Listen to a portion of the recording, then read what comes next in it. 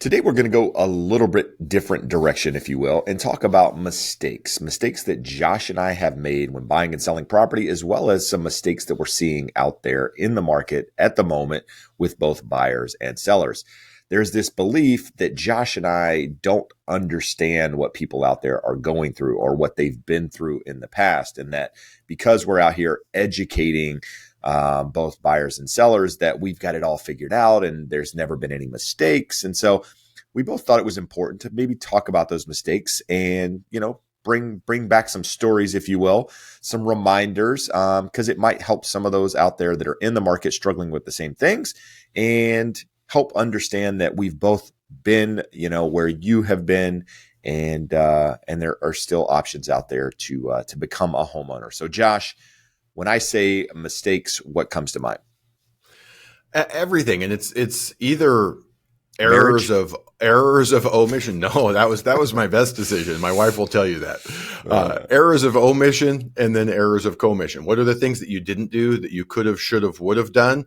What are the things that you did do that were dumb, suboptimal, not likely to work out well for you? Some things that I will say, most everyone in my family, I come from a family middle class, very middle class, not no one really wealthy, no one made tons of money. And they've all enjoyed very comfortable retirements, largely due to real estate investments. And we talk here about real estate being a get rich slow scheme. It very much so was. We're not talking about they were buying and selling houses, investing in stuff, rotating up into new properties. It was largely buying, paying the mortgage down, not taking cash out, and arriving at retirement with one or two properties with very low mortgages and a lot of value in them. So sort of relating that back, we're going to go through things that you've done, things that I've done. We've been on very different paths. Although, Jeb, viewers at home are going to say, these guys look like they're the exact same age. I am a little bit older and wiser than you. So I have about 5 more years of experience, both good and bad, on you. And we'll go through that. And even so, you talk about people today saying, well, you don't understand because, Jeb, you got into the market 22, 23 years ago. Josh, 27, 28 Not years quite ago. That many, but yes. That's true. But there's always headwinds. There's always problems. I will relate it back to this, Jeb. One of those people who did very well in real estate in my life is my aunt. She's retired, owns her home free and clear, sold a free and clear home that was their second home in Havasu, made a ton of money off of that. But when we bought our current home in 2003, she told me, she says, you are insane. I paid $580,000 for my house in 2003. She goes, that's crazy. House will never be worth that. You're going to lose your ass, and you should never do that.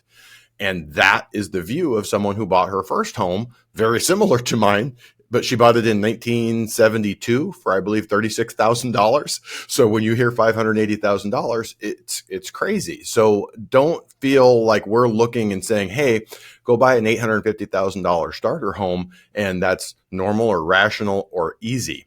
It wasn't easy buying that house for $580,000 in 2003 either. So everything has to be in its proper context, and realize that it's really easy for us to look back and say it was easy for my aunt in 1972 as a grocery store checker and her husband who drove a gasoline truck for a Union 76, that they were able to buy that house because it was only $36,000.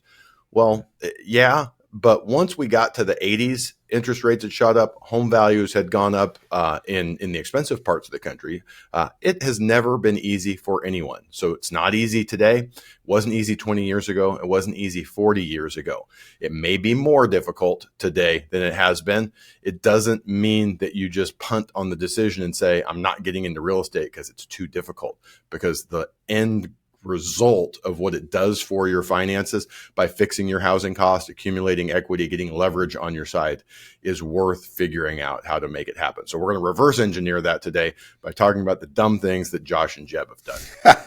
We're definitely going to do that. And I'll start because I think I probably have the biggest and dumbest of them all. And that was buying a house at the peak in 2006, new construction. So for those of you who don't know, and many don't, I was actually married prior to being married to my wife now for a very short period of time. That relationship, we were both in the mortgage business. She was a wholesale account executive, made a lot more money than I made. big numbers of money. And that was a time when money was very easily made because of, loan programs and housing and all of these different things. And so we had bought and sold a couple of homes. One thing on that, not only easily made, easily borrowed. Oh, so yeah. Especially for a high income earner, you could have bought any property you wanted at that time. Yep. Realistically, with you and Tony's income, could have bought any property anywhere in the U.S. with the income you were making and how easy it was to get we loans. did on several occasions, and we made some money on different properties, and we'll talk about one of the others here in a moment. But we bought a property, new construction, downtown Huntington Beach, $1.6 million, put 10% down, so $160,000 down, financed the rest. And little did we know we were buying at the peak in the market. Now, what I will say is that the decision to buy that house was more on her than it was on me, largely because she was making the income. She basically had way more savings than I had at that time, and the decision was largely on her. That's where she wanted to be. I just went along with it, honestly, not really asking a lot of questions. I was young, 24 at the time. And that ended up being a mistake on several different levels. But the largest one, for one, really not thinking it through. But buying that property, putting 10% down, we ended up selling that property for, I think, just over $1 million, maybe $1.1 million. Was it $1 million? I can't remember if it was $1.160 or $1.060. Either way, it was about a 30+% loss on that property. And it ended up being a short sale on that deal. Lost, obviously property went bye-bye. And that was the time her and I were actually no longer together either. So everything went by at once. And fortunately, property was in her name. I was on title. It didn't affect my credit on that particular property. Now, what could have been avoided or done differently so that those mistakes weren't made?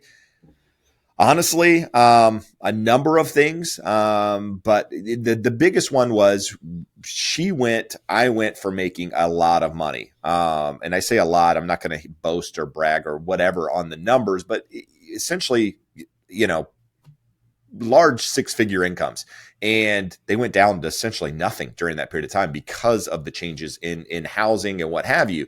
And we made the choice, right or wrong, to walk away from the property and do what we did, even with money in the bank. Now, people will look at that and go, well, Jeb, you basically used the system, you had money, whatever. It was what it was. But we chose to keep money in the bank and let credit go. In this case, the credit didn't affect me, so it was less of a decision on my side, but decided to keep money versus continuing to pay for something that we didn't think was going to come back within a reasonable amount of time, and our relationship was essentially done. So better part of, 5 or so years later, things were different, and we'll talk about that. But Josh, that was a huge mistake.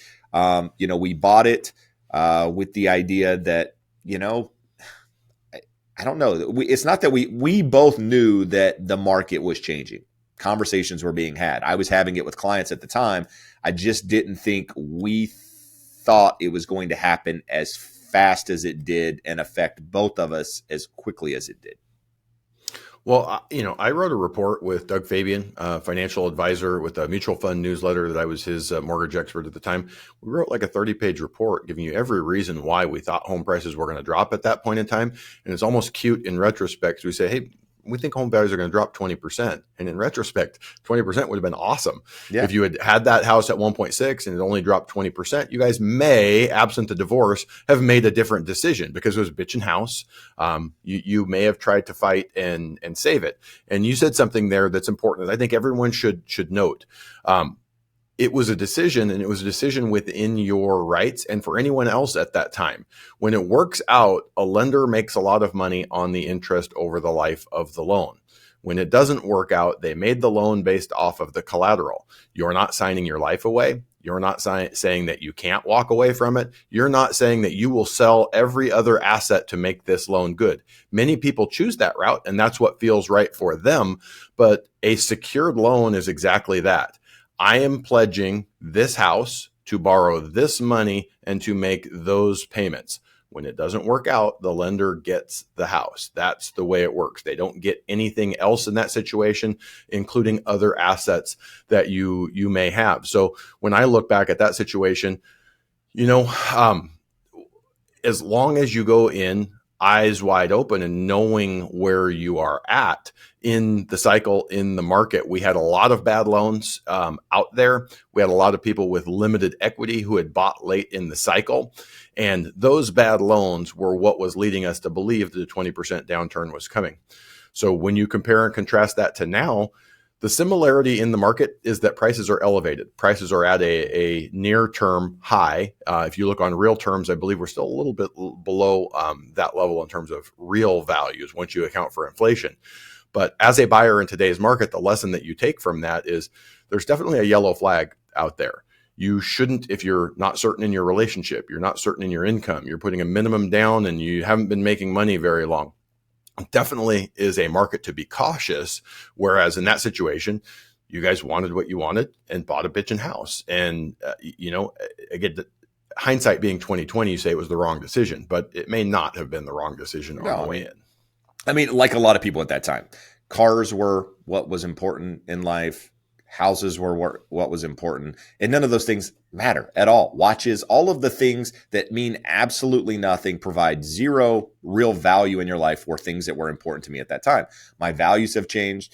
A lot has changed since then. But it's, I think that's where the podcast really stems from, Josh, is it's the idea of educating home buyers that, hey, listen, for one, you can make mistakes and still, use housing and buy housing and still get to where you want to get, for one, but also using the podcast as a platform to teach people about some of the things that I was aware of, but really not even paying attention to myself in detail and educating myself on these things. And, I think that's important, is people wonder, why do you do this? Well, that's part of the reason. I've been there. I've been in your shoes. I've been in those positions. And I think it's important to look back at that and try to teach from it. And so here we are. So Josh, one of the things, Jeb, that I think that they're going to see here is we talk about errors of omission, errors of commission. In real terms, you are more, I'm aggressive, but you're more aggressive and bolder than I am. So the things that you're talking about are almost, you took action. You made actions and the actions didn't work out well. Josh deliberated, when we get to that section, deliberated and thought a little too much and didn't do things that would have made a big difference. So there'll be two sides to it. But with that, do you want to transition to the properties that you sold during the downturn? Yeah. So at the same time, happened to own 2 rental properties out of state. Had an investor that I was working with here in California, owned a bunch of property, 70 plus properties, I believe, at the time. And he was buying in markets that he thought were going to appreciate over time. And let's be honest, the guy was spot on in everything he did. He did his homework. He was looking for growth in population, growth in, jobs, healthcare, just infrastructure, things that were going to bring people to a city. And at the time, he had properties in Surprise, Arizona, Las Vegas, the markets that were booming at the time. And these are the markets that got hit quite a bit. St. George, Utah was another. And then he was buying property in Boise and Lexington, Kentucky, and some places in Florida. And so he would go in, he would create these cohorts of groups, find new construction builders, basically work a deal with them and say, hey, listen, I've got 15 investors, 20 investors are going to come in. We're all going to buy a property, 2 properties, whatever. And then he would find the property manager and basically set it all up. I mean, it was a good deal for him, one, because he got something out of it, less fees, different things. And for investors that were smart enough to keep their properties, they did well in these markets. And I will say that I wish I still owned them, but because of everything that was happening with property one that we talked about a moment ago, life changes in divorce and income and all of these other things, I owned a property, one in Boise and one in Lexington. Bought the one in Boise for $189 back in November of 2005. Ended up selling that property as a short sale for $140,000. Now, what's important to note here, never missed any payments on these properties, never let my credit get ruined. I just continued to pay the mortgage. In fact, both the properties cash flowed, which was crazy, right? And I still decided to sell them for less money at the time because I had unknowns. I was going through a divorce.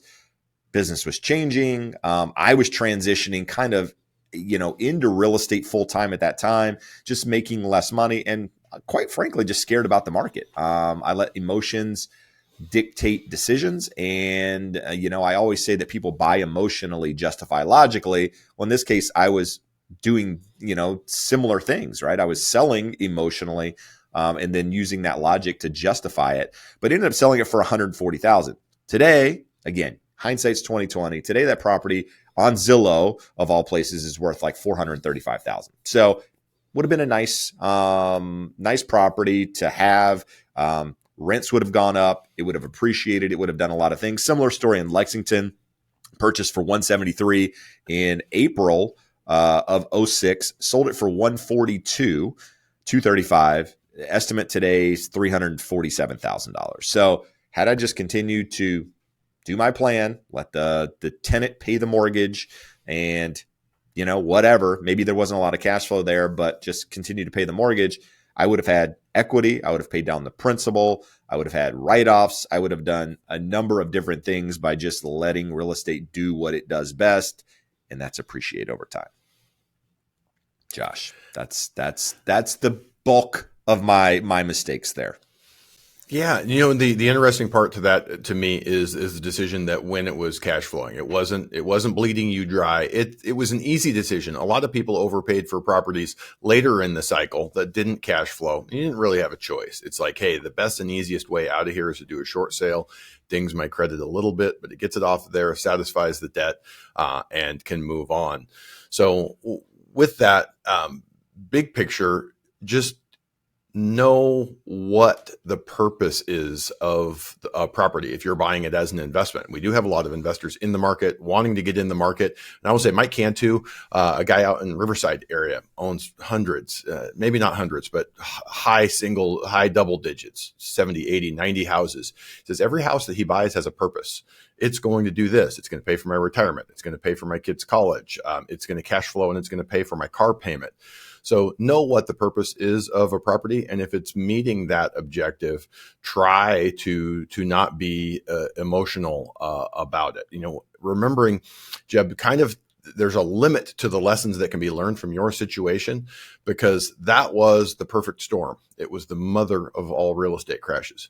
As much as people would like to believe we're going to see that again, we will never, ever see anything like that again. We can have a downturn. You can lose 10. You could possibly lose 20%. You lost 35% on a trophy home near the beach. Inland areas lost 50, 60% of their value. Other parts of the country lost 50, 60% of their value. We're never going to see that again, even in a potential bad downturn. But it's important to just think through everything on the way in. So we talk about difference of errors of commission versus errors of omission. When I look at this, I had a plan when I first got into the business. I started doing loans in I graduated in 95, started doing loans at the end of 1995. So it's funny to me that people buying homes and making the biggest investment of their life and the biggest debt would look at a 22-year-old who graduated from college 6 months ago and didn't own anything but a car and would take advice on what to do, but they did. So thankfully, over 27 years, we've learned a thing or two. But I had a realtor who was helping a couple of different investors buy distressed 4-unit buildings in two pretty high-priced areas in Orange County, here in Huntington Beach and over in West Side Costa Mesa. So both those areas have pockets that are lower-end areas. And at that time, they were picking up fourplexes for under $300,000. Now, these were distressed. They needed work. But I'm sitting here saying, I live at home with my dad. I live rent-free. I can buy this.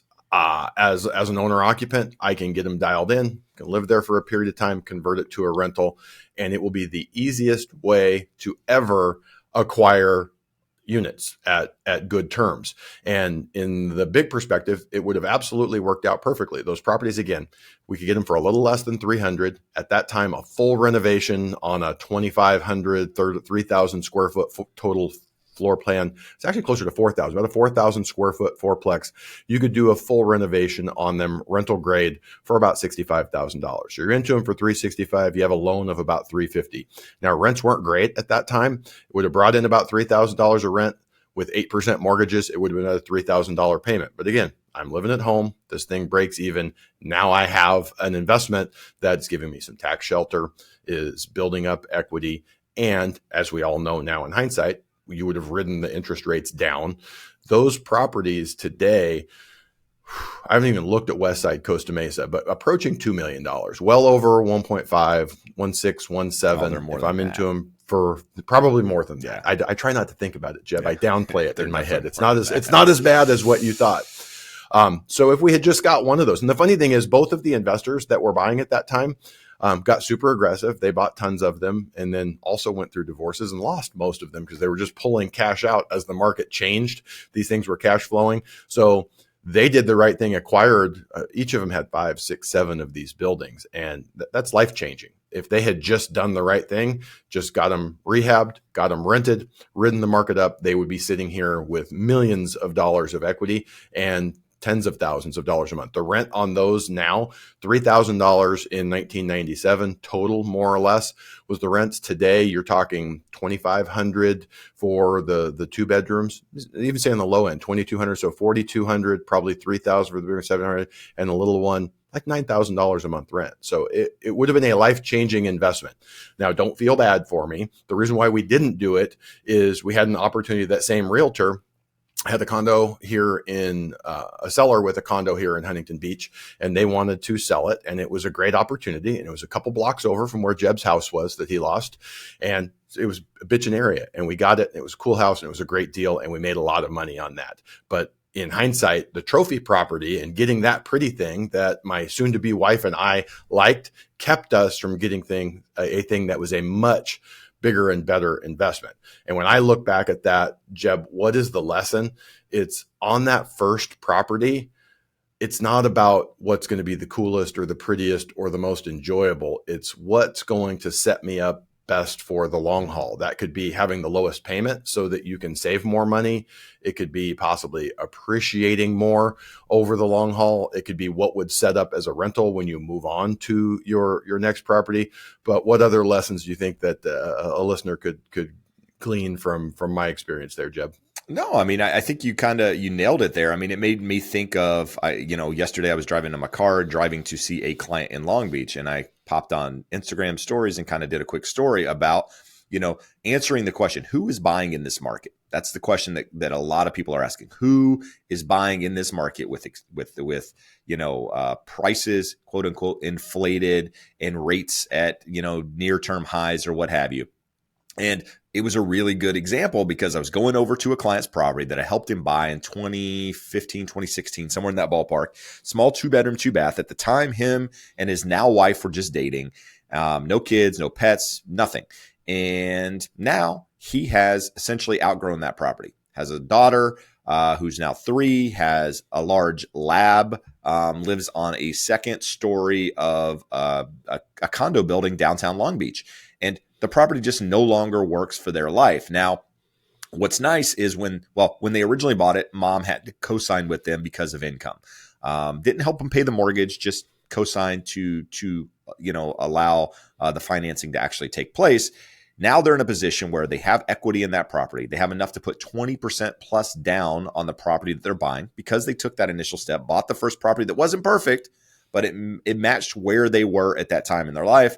They're now looking at a single family home, a higher price. Mom no longer has to be on the loan to qualify because now their incomes are able to, they have better paying jobs and just in a better position in life in order to take advantage of what they want to buy. And they're buying at a time when rates are high. Chances are rates are going to come back down and give them an opportunity to lower that payment even further. So, it's using that property as a stepping stone. Now, for some people, that might be their only property, and that's okay. But what I see people doing, and we're going to talk about this, is getting caught up on having to find the perfect property with everything that is dialed in to start with because they're watching Joanna Gaines, because they're watching, different people, Jasmine on HGTV, do all of these properties. And that's what we want. We all want that. But the reality is a lot of us aren't able to get that. And so instead of just saying, well, the hell with it, if I can't get that, I'm going to get nothing. Well, you see how that works out over time, right? And so I think it's a really good example of taking the step when it's the right time in your life, as long as you're comfortable with it, as long as you're comfortable with the payments and you're comfortable being in that position. So that's what I got from that. And moving on from that, I would say my biggest mistake is not buying and holding more of the properties that we acquired through that flip period. So those of you that are longtime listeners know two things: that from 2008 to 2012, 13, primarily existed off of buying and selling homes for a profit. We were still doing loans, but we're talking, 20% of the loans that we were doing prior to the downturn. So the only way to pay the bills and make ends meet was do other stuff. And that was the opportunity in the market at that time. And if you've listened for a long time, you've also heard me say that I would scream to anyone from 2009, 2010 on that if you are renting and you are in a position in your life that it makes sense for you to own, this is insanity. So we primarily bought in the Anaheim area, so Central Orange County, strong first-time buyer area. And we were picking up homes when we started 220 to 260. And again, a $50,000 to $60,000 renovation at that time would be a full renovation: roof, windows, bathrooms, kitchens, flooring, doors, molding. Everything that you touched in a house was brand new. So for $300,000 to $325,000, you had a brand new home. And at that time, the rents were $2,200, $2,300, $2,400 for those houses, and a mortgage on them would have been $2,100, $2,200. So we did close to 40 properties. I look back, Jeb, the ones that you and I always get a chuckle out of, even late in the cycle. In 2015, you had a seller that bought a unique property that had two single families attached to it, and they didn't want them. So we bought them for a hair under $400,000. They were in decent shape. We did a minor renovation on each one of about $35,000, and we sold them for just over $500,000. So it was a nice profit, rang the cash register in the short run. But in looking at those at that time, I'm just sitting there going, I don't see a world where these get to more than, say, $600,000. The cash flow is basically break even unless we put money into them, and I would rather have the cash right now. Big yards, too. Could have done an ADU. Big yards. These were like all sorts of things. Yeah. All sorts of things. And we look back now, Jeb, God, and those homes are closing in on $800,000. Despite all of the things, the drawbacks, the negatives that I saw. So those are just two of the best examples. Now, I'm not going to beat myself up too bad. I own two properties that we bought through that timeline that are worth, one is about 2.5 times what we paid for it, and the other one is about 3 times what we paid for it. Both of those had fairly extensive renovations, but we did good when we should have crushed it. Looking around, my brain telling owners that, hey, or potential home owners, home buyers, you should be doing this. I should have found a way to do more of it. I look back and I say, Jeb, my big lesson is I limited myself to the cash that I and my partner had available to us. So we pooled our money and we would use hard money loans, and what our assets plus those hard money loans, that's how many we could do. If I had it to do over again, starting in 2009, I would go out to anyone who had $5 in the bank and try and raise a couple $1 million and be doing 5, 6, 7 of them at a time and keeping as many of them as possible. Because the one thing, the thought that always occurred to me at that time, people ask, who's buying in this market? Well, what if owners sell their properties? What if the hedge funds sell? Well, one of the things that occurred to me at that time are a lot of seniors. So say you're 70 years old and you retired in 2009. You have your money in the bank and you're getting less than 1% return on that money. If you put $300,000 into one of these houses and you have the cash flow off that, again, $2,000 a month, $24,000 a year off of your $300,000 versus less than $3,000. Plus, you were going to get the appreciation over time and you would have some tax benefits. So all of the things went through my head of why this was the right thing to do, but just didn't step out and acquire more of them, either because of the risk of taking cash flow out of circulation or not truly being committed to the process. No, and good lessons nonetheless, right? I mean, again, like you said, two sides of it, right? One of us has a tendency to shoot first and ask questions later. The other one has a tendency to think, overthink in some cases, and not take the actual action. So there's not a right or wrong plan. I mean, I've benefited in many ways by having my method, but I also have regrets in some of the stuff that I've done too quickly without thinking it through as well.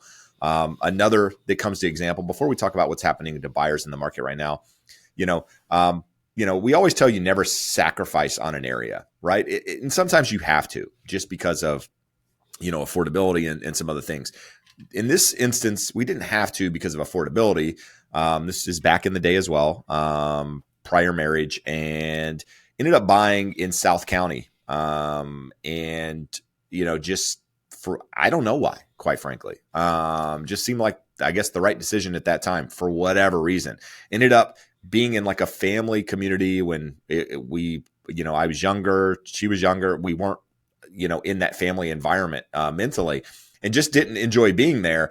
And so we weren't really a big fan of the location, but what we tried to do was make ourselves fan of the location by doing things like a swimming pool and really, doing different things to the house to make it what we wanted, when in all reality, the real answer was to not be there to start with. And so what we ended up doing was putting a pool into a house and doing all these upgrades, and then ended up selling the house almost immediately once it was completed. Fortunately, we didn't lose money because the market was still doing well at that time. But I think having a plan, thinking it through, the things that we talk about all the time are important. In whether you're buying a house, doing something else, is creating a plan first and then following that plan or sticking to that plan. Like I mentioned, I'm the kind of person, there is no plan. Just whatever happens is the plan. It can work out, but having a plan typically works out better. So that said, Josh, I think transitioning into what we're seeing buyers, sellers at the moment do that we feel are mistakes, maybe not mistakes in everybody's eyes, but where they could be putting themselves in that position to overthink things or not take action because of, media headlines, that sort of thing. Well, you have on here, one of those things is sacrificing on important things just to buy a house. Mm-hmm. We do regularly talk about here on the show the importance of buying a home for building your financial foundation.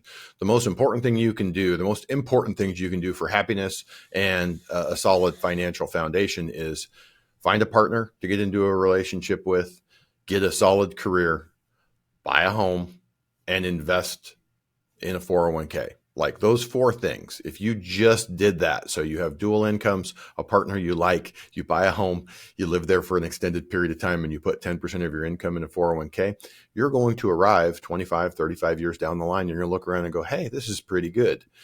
But I have a client talk to the other day, a potential client, and we're going through it, and I'm looking at it like, why are you saying such a low number?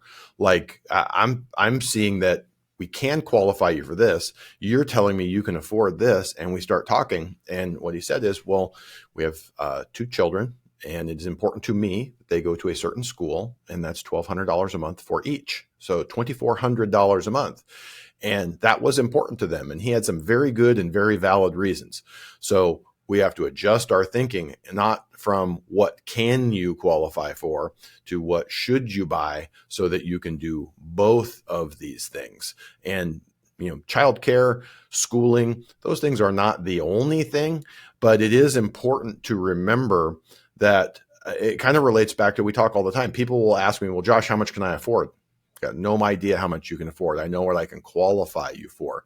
To make sure you are thinking through what is important in life, what are the things that you want to do, and make sure that home ownership doesn't prevent you from being able to do those things. Again, we will go back and I will say owning a home is incredibly important. We did an episode a couple months ago. If you're not going to buy, what do you need to do? And you need to massively ramp up your other savings if you are not going to become a homeowner. But that doesn't mean become a homeowner at all costs, and that sacrificing anything and everything else that you want to do is worth it just to own a home.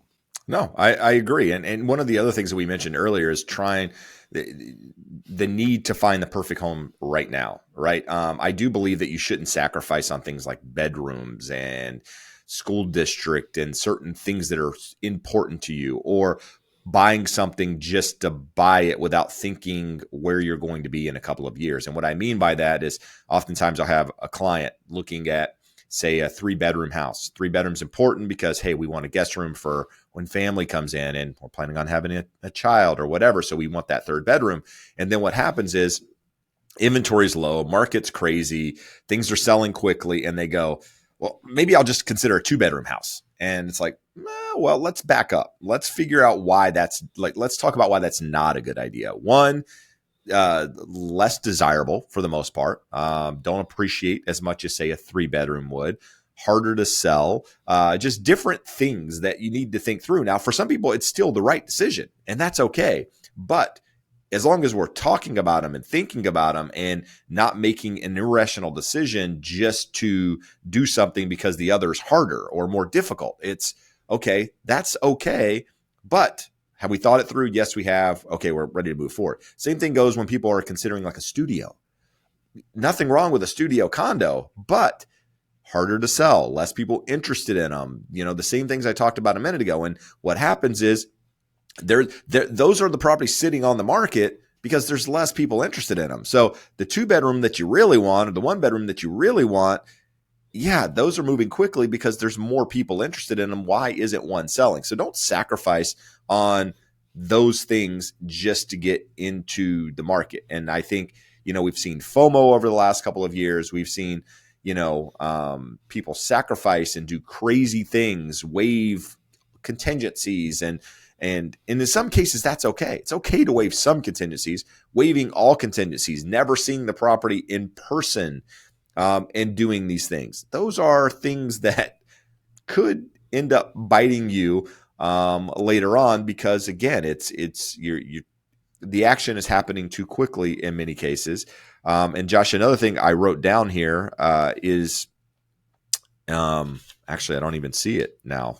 So I'm not sure what I was going to talk about. Well, Basically letting others dictate your decision on buying a house. And what I mean by that is it's the right time in your life. You're married, you're getting married, you're planning on having kids, but yet you're giving way too much credence and paying way too much attention to what YouTubers are saying about the market, what CNN or MSNBC just put on their headline, or Forbes, for example. And, it's bad. It's whatever. I'm not going to do it because of this. I'm going to wait for better times. That's okay if you wait for better times, but just understand why you're waiting and don't get caught up in the, everything that's going on around you because it's, clickbait, if you will. And I think your plan is if you say, hey, today is not the right time for me. Here's my plan. The majority of Americans want to be homeowners. They may not want to do it today. They may not make the decision to become a homeowner today, but they still want to be homeowners. So if your decision is today is not the right time for me, I think it's important to define the criteria of when the right time would be. You had talked about fear of missing out. I think we have a lot of people today that have a fear of getting in. A lot of our prime home buyers, 32, 33, 34, 35 years old, they were teenagers when many of their parents were losing homes, doing short sales, going through much of the distress that you talked about. So that's their point of reference. That's their memory. So they want to avoid that at all costs. So we have no lack of websites, headlines, YouTube videos talking about for literally the last 5 to 7 years about the housing market is going to crash. And there are incredibly obvious dissimilarities between that market and this market. Does it mean that home values can't come down? No, it doesn't mean they can't come down. It means there's absolutely nothing even resembling the recipe for what people are fearing is happening. And I'll go back. One of the stories that we tell here on the show, Jeb, is my wife's friend's parents. They literally bought at the absolute peak of the market. And here they are 17 years later, sitting on $1 million of equity with an incredibly low mortgage payment, heading into retirement with the opportunity to sell that property, put some money in the bank, and go to Tennessee where they want to go and buy a home cash. That was the worst perfect storm, terrible crash ever, buying close to the absolute peak of the market and just riding it out and going through it. So that's your worst case scenario. If you have a long-term time horizon, you make sure you're buying something you can afford in an area you want to be, and you're willing to ride it out. But that being said, that is incredibly unlikely to happen. We've talked about here, we're more likely to see mean reversion through a sideways trending market for the foreseeable future. Just saw a headline 2 days ago. Robert Shiller, the creator of the Case-Shiller Home Price Index, one of the big people screaming from the mountaintops in 2005, 2006, this is a bubble, this is going to end poorly, basically said the same thing. He says, I see this market trending sideways for the next several years until we get to better fundamentals in terms of more income and lower interest rates. So just a long way of saying there's no similarity between then and now. You have to know where you're at, what you want, all of the decisions that Jeb had talked about, your time frame, your situation with your relationship. And when those things work out, do not let the noise keep you from entering into the market at a time that should be appropriate for you and your family. Yeah. And along the same lines, so many people are worried about the price of their home, right? They follow it every day. They look at it like it's a stock, like they have to sell it. Or in fact, some people don't even sell the stock. They just look at the price every day. You should not be looking at your home value every day. Your home value, the price of what your home can sell, means zero, absolutely nothing, unless you need to sell your home. So if you buy the home, hypothetically $500,000, and it drops to $400,000, for example, 20% drop means nothing. All you do is continue to make your mortgage payment, live your life, do whatever you were doing prior to it. And at some point, it's going to come back up in value. Now, I'm not saying that's going to happen, but I'm just saying stop worrying about the price, worry about where you are in your life, the affordability, can you do it, having savings, having a longer term time horizon, and you'll be good. Josh, last thing, what about the idea of people thinking, hey, it's less expensive to rent in my market than it is to own? Is that a valid reason for somebody to take a step back and consider one over the other? It's a reason to pause and think it through. Go back. When I'm saying in 2010, I'm screaming from the mountaintops, everyone that wants to buy a house should buy a house. It's because even in expensive Southern California, you could own with a minimum down for less than it costs to rent in most areas.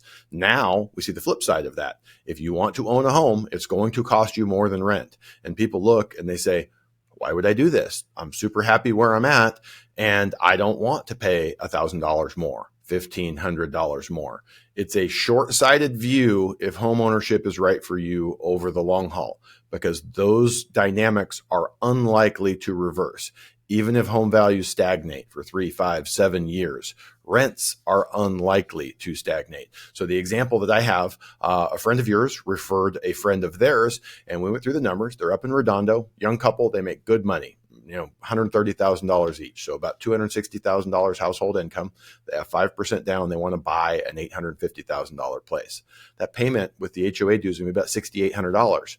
And they were a little bit shocked when they heard that. So I said, okay, well, what does it cost you in current rent or rent for similar things you would like to buy?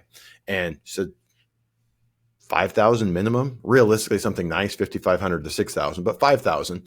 So, okay, so call it $5,000. That's a $1,700 savings. Well, if we have 3% rent appreciation in less than 10 years, the rent will be more than the mortgage.